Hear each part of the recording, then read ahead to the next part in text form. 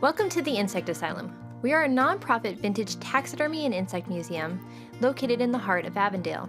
Some of the objects that you might encounter within our museum are butterflies and beetles dating back to the early 1900s, as well as lots of different rocks, stones, and natural history items that is sure to amaze you. We have live animals at our exhibit, including our resident opossum, Hazel. We are also an animal sanctuary, so people can drop off animals that need homes, and we can help get them representation for adoption, as well as partnering with different foster organizations to gain exposure for animals that have been sitting in the program for too long. We also take in animals that have passed away. In doing so, we have the opportunity to bring honor to these specimens, as well as bring peace and closure to the people who have lost these beautiful best friends in their lives. Once you're inside the museum, we have lots of opportunities for people to explore. Anything with a green dot you can touch and pick up. Anything without a green dot, as long as it's not an insect, you can touch it gently. The only thing inside the museum that we don't touch are insects, because they're very fragile and they can break with just a little finger prick. What that truly means is we're giving them an invitation to find something unique that fascinates them and to really examine it and study it on a way that no other museum has. You can't walk into another institution and say, hey, I really love that giraffe. I want to touch it. What does a giraffe feel like? It's not allowed. These things are under glass. So when you walk into the insect asylum, you feel like you're home. Other really fascinating things about the Insect Asylum is we put a lot of emphasis on LGBTQ as well as disabilities. A majority of our staff is non-binary and trans, so we're often doing events that are focused around that community to make sure that they feel safe and secure. We focus heavily on mental health and stability here and make sure that we are constantly educating ourselves on better ways to serve our community. With autism, we recognize that overstimulation is a big factor in terms of access.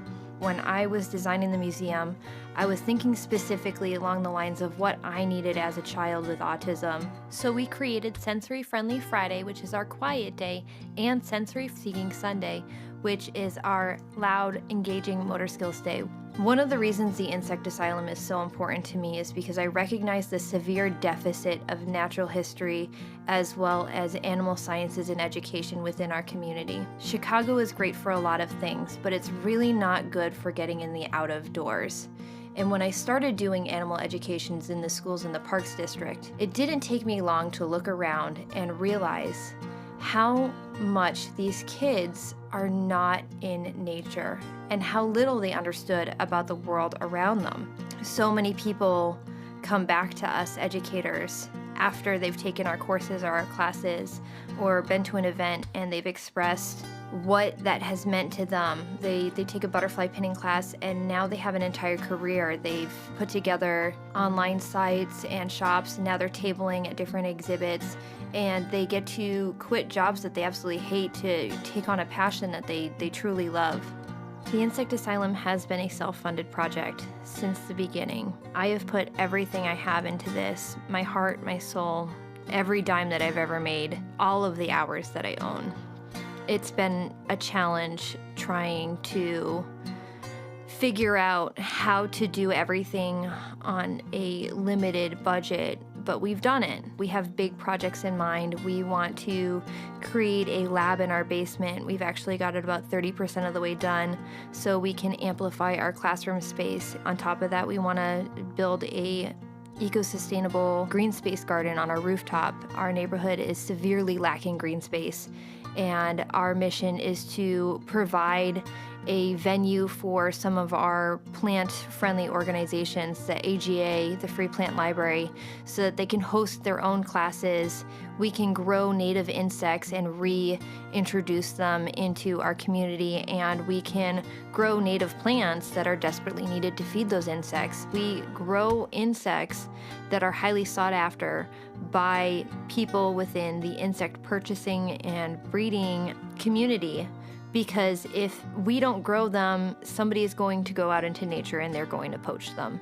We want to encourage and inspire people to care about the environment in a way that they don't have access to currently. So aside from our permanent residents at the museum and our sanctuary program animals, we bring in organizations like Scales and Tails Traveling Zoo, Incredible Bats, and the Natural Naturalist, who are 3 very gifted and knowledgeable animal educators. But we don't plan to stop there. We want to continue to grow our programming so that way we can continue to support our mission to help promote eco-sustainability and animal sciences right here in Chicago.